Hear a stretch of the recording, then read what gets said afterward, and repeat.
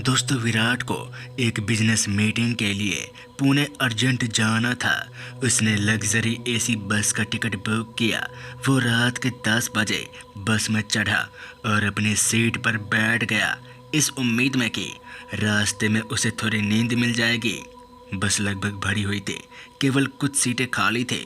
विराट ने देखा कि ड्राइवर एक बूढ़ा आदमी था और उसका बर्ताव बहुत ही अजीब था। समय होते ही बस मुंबई से चल पड़ी। घंटों गुजरते गए। बस अपनी रफ्तार में हाईवे को चीरते हुए आगे बढ़ती जा रही थी। अब धीरे धीरे विराट ने अपनी आंखें बंद कर ली और आराम करने की कोशिश की। देखते ही देखते तब उसकी नींद लग गई। उसे पता ही नहीं चला। जब उसे लगा कि बस उबड़ खाबड़ रास्ते से जा रही है तो वो चौंक कर उठा। उसने आंखें खोलकर देखा तो बाहर घोर अंधेरा था। बस घने पेड़ों से घिरी एक कच्चे रास्ते पर थी। उसने अपने फ़ोन की तरफ देखा तो पता चला कि आधी रात हो चुकी है। उसे आश्चर्य हुआ कि बस हाईवे को छोड़कर इस सुनसान रास्ते से क्यों जा रही है। उसने चारों ओर देखा और पाया कि लगभग सभी यात्री सो रहे थे। वो अपनी सीट से उठा और बस के सामने की ओर चला गया। वो ड्राइवर से पूछना चाहता था कि क्या हो रहा है, इस रास्ते से क्यों जा रहे हो। वो ड्राइवर की सीट तक पहुंचा और उसके कंधे को थपथपाया। ड्राइवर ने अपना सर घुमाया और विराट हांफने लगा। ड्राइवर का चेहरा पीला पड़ गया था और आंखें खून से लथपथ थी। उसके होठों पर एक भयावह मुस्कान थी और फिर वो कर्कश आवाज में बोला, अब ये बस मंजिल पर कभी नहीं पहुंचेगी। तभी अचानक से जोर जोर से तेज बारिश होने लगती है। ये सुनते ही विराट को अपनी रीढ़ की हड्डी में ठंडक महसूस हुई। वो ड्राइवर से दूर हट गया और अपनी सीट की ओर लड़खड़ाता हुआ चला गया। उसे एहसास हुआ कि कुछ बहुत गड़बड़ है और उसे बस से बाहर निकलना होगा, नहीं तो उसकी जान जा सकती है। उसने आपातकालीन बटन दबाया और उसे खोलने का प्रयास किया, लेकिन उस पर ताला लगा हुआ था। उसने दरवाजा खटखटाया और मदद के लिए चिल्लाया, मुझे बाहर जाने दो। इस समय विराट काफी डर चुका था।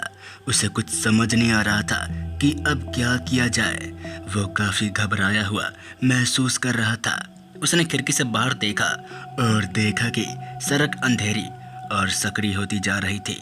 पेड़ बस के दोनों ओर बंद हो रहे थे, जिससे सुरंग जैसा प्रभाव पैदा हो रहा था।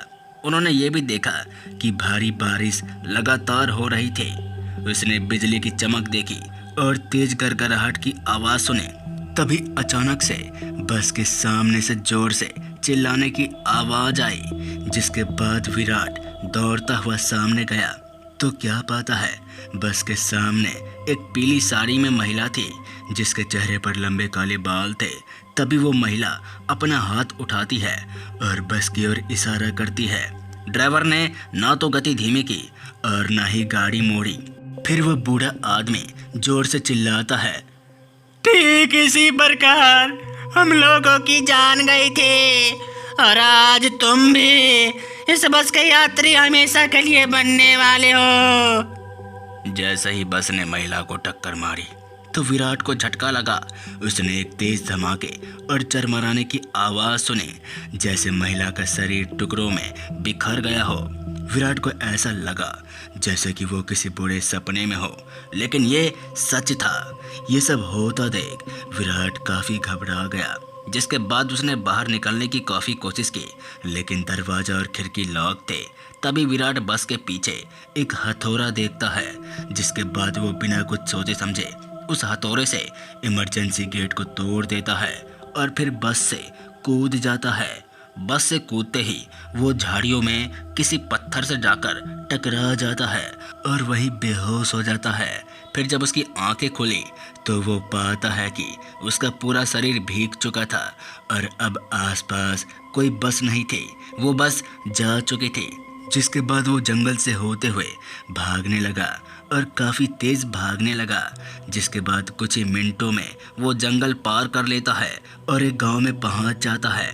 गांव में सभी लोग सो रहे थे, जिसके बाद उसे बेचैनी महसूस हो रही थी।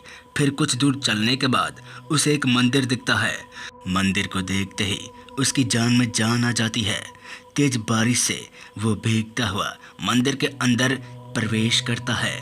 मंदिर के अंदर जाते ही उसे शांति मिलती है और उसका डर कम हो जाता है। समय गुजरता गया।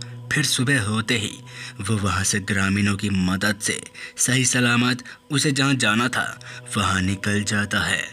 तो दोस्तों, इस प्रकार विराट बस से कूदकर अपनी जान बचाता है और उस रात ये किसी खौफनाक मूवी से कम नहीं था। उसे विश्वास ही नहीं हो रहा कि उसने क्या किया, कैसे किया, उसने इतनी हिम्मत उस रात कैसे आ गई। तो दोस्तों, मिलते हैं ऐसे ही खौफनाक कहानी के साथ। आप अपनी कहानी ऐसे ही हमारे साथ शेयर करते रहिए। तब तक के लिए जय हिंद, जय भारत।